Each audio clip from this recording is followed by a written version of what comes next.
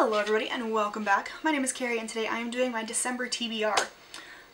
First of all, my hoodie is from Jill Barup, who is also a YouTuber, and she's doing this shorts series with like all the tropes, right? And you follow Caroline the writer and Rosamund the character as they kind of duke it out to write this story, and it is so good and so funny. However, this particular phrase, "just stab me now," is from her armor ranking tiers videos, where obviously the worst one is "just stab me now." I love those and I think it's hilarious, and she had merch, so naturally I got some and I matched my makeup to the hoodie because that's who I am. Anyway, I have a significant stack of books here because I am mental. Briefly, I will mention that I also have 5 books that I still need to annotate as Christmas presents, and it is December 3rd. Yeah, it'll happen. It will happen because I say it will. But then I also have this massive bloody pile next to me, so we're gonna see how that goes, and I just forgot. Okay, so we'll start with that one. The last book I will read this year is The Lady's Guide to Celestial Mechanics by Olivia Waite, which is a sapphic romance set in 1800s, I would imagine. I have made it a tradition the last 5 years or so to read a romance book on New Year's Eve because it's fun and I enjoy it, and it's much better than going out. So I'll be reading this on New Year's Eve because I haven't read it yet, and it's fun to read a romance book. Oh god. I have Lady Chatterley's Lover by D.H. Lawrence, which apparently was scandalous when it came out, and there is an adaptation on Netflix that I want to watch, but I refuse to watch it without having read the book first. I don't even know what this is about. It was written in 1928 and quickly banned in England and the US as pornographic. Excellent! Well, sexually tame by today's standards, the book is memorable for better reasons. Lawrence is mad. Yeah, okay, whatever. Constance Chatterley is trapped in an unfulfilling marriage to a rich aristocrat whose war wounds have left him paralyzed and impotent. After a brief but unsatisfying affair with a playwright, she enjoys an extremely passionate relationship with Oliver Mellors, the gamekeeper. As she falls in love with him, she moves from the heartless, bloodless world of the intelligentsia and aristocracy, I don't know why I'm struggling today, into a vital and profound connection rooted in sexual fulfillment. Huh. That sounds really fun and interesting. So we're gonna read this one at some point. And then I promised Abby, so I will do it. I'm going to finish the Pelennor series in the next 28 days. I can do math. Which is The Crow, Book 3, and The Singing, Book 4. I will finish these. It may take me a weekend because they're not short, but I will finish these books. They are, I don't know, I kind of describe them as like young adult Lord of the Rings with a girl protagonist. It's really fun and interesting. The first one is The Naming. At least here in the States, it has a different name in the UK. Go check out Abby's channel, it's always linked down below, because she'll better explain it, and she'll have the UK name. But yes, I've promised her I will finish these this year, so I will finish them. Another one in that vein is The Stone of Destiny by Caroline Logan, which is a Scottish-inspired fantasy. That's about all I know. There's selkies involved. They're really cute on the cover. And this one Abby got me for my birthday. So I do really want to read this one as well. This one, I'm less concerned if I finish it before the end of the year. Would I like to? Absolutely. Must I? No. Pelennor, however, I must finish before the end of the year. So this one I just would like to read, and since I'm theming months. Oh, by the way, this month's theme is again just the catch-up month because I'm not allowed in libraries unsupervised. Like, I really shouldn't be. I don't know who decides that it was a good idea to make me an adult who could go into a library and check out 100 books on her own. Because that was possibly the stupidest idea anybody in the history of time has had. You know, barring things like genocide or racism or misogyny. Me going into a library, people. No. But honestly, I think the rest of these might be library books. Or books that I'm borrowing from somebody else, because I have a problem. And I walked to work one day, and the library was right there, and then on my way back I just hit the library. And I thought I was doing really well because I only got 4, and then I realized that I had 3 more on hold, and so I walked out with 7.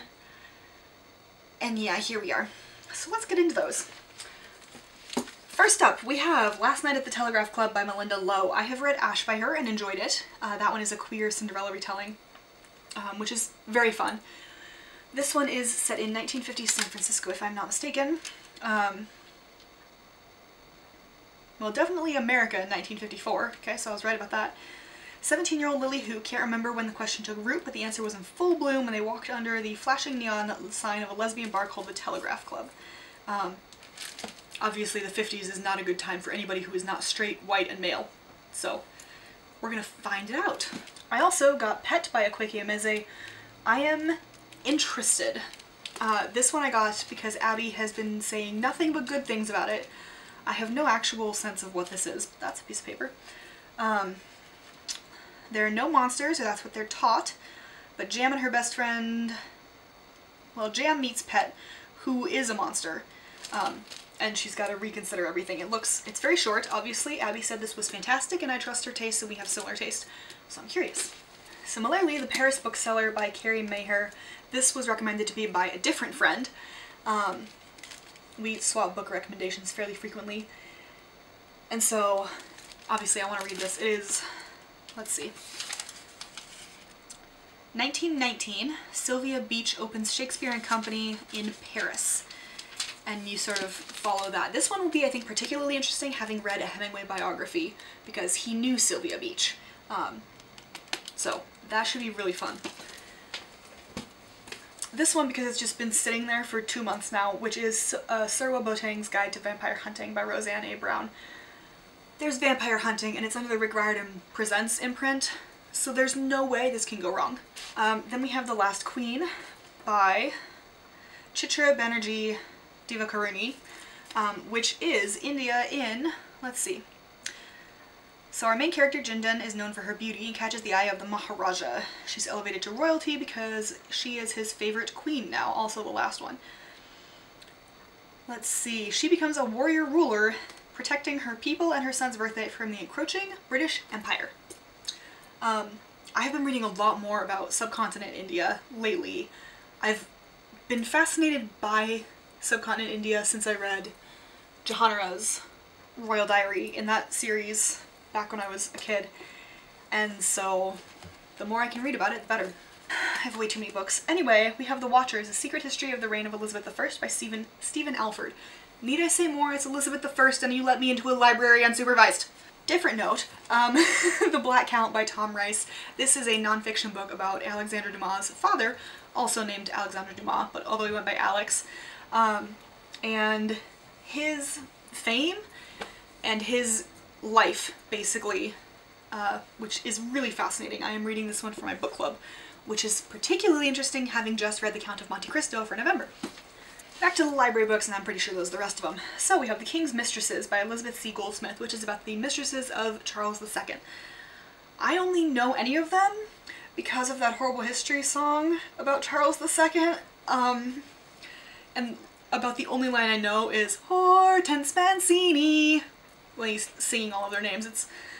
I was born in the wrong country. It's fine. Anyway, so I saw this and I was like, hey, this is short, this is perfect, 'cause I've got to read 12 books this month. So short nonfiction. And then I want to read more about Henry VIII's wives. Again, has to do with Elizabeth I and Duchess of Cleves. Anne of Cleves, more colloquially known, there we go, was Henry's fourth wife, and arguably the one who made it out the best. She didn't die in childbirth, she got rich. I mean, she has to stay in her adopted country, she can go back, but I don't know, depending on which version you're looking at, she didn't want to go back. I don't know much about her though, so I'm very, very interested, and this is by Heather Darcy. Then we have The Heretic Queen, which is The Wars of Religion in Elizabeth's Time by Susan Ronald. Again, need I say more, people? 1603 by Christopher Lee, because Elizabeth died in 1603, and so it talks about that and James's ascension and all of that fun stuff. Are you seeing a trend? And then the last four are not library books, but I am borrowing them from a coworker. So we have Among the Messiah by Juliet Cutler, which is a memoir, I'm assuming, of her time. The white woman, obviously. Among the Maasai in Kenya and Ethiopia. I wrote a paper on gender roles among various indigenous peoples in Africa for my gender class. I think it was International Gender Studies. Anyway, wrote a paper. I bit off way more than I could chew with that paper, but that kind of idea is still stuck in my head, so I'm very curious about the Maasai and just generally any culture that has been tormented and attempted to be obliterated by white people. And that qualifies. So they had this, and I'm very interested. I do recognize white women writing about time among African peoples, but nonetheless, I'm curious. And then for some reason I decided to pick up a 1400-page book because, I don't know, I'm mental, which is A Suitable Boy by Vikram Seth. This lovely chunk of a novel, which is, by the way, longer than my edition of War and Peace, just a fun fact, is a love story, apparently.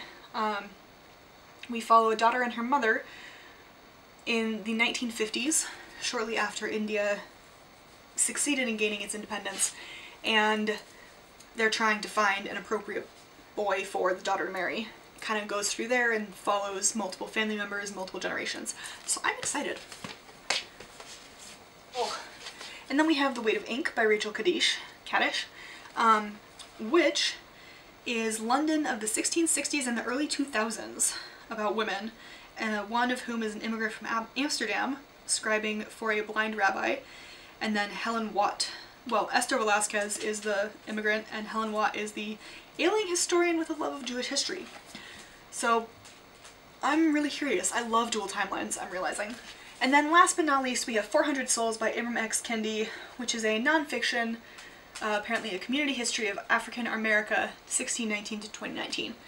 I saw this one when it came out, I think, and it just looked so interesting. So I'm borrowing it from a coworker because she said I could. Lord only knows what I think I'm doing with my life, but apparently I'm gonna spend it with my nose in a book for the next 4 months, which actually doesn't sound that bad. Anyway, those are all of the books I can read in December. Obviously, I will not be getting to all of those books in December because Christmas and work and, you know, sleep. But I will get to at least 12 of them because I refuse to fail. That's where we're at. Anyway, I hope you enjoyed. Let me know what you think of the books, and I will see you in the next video. Bye.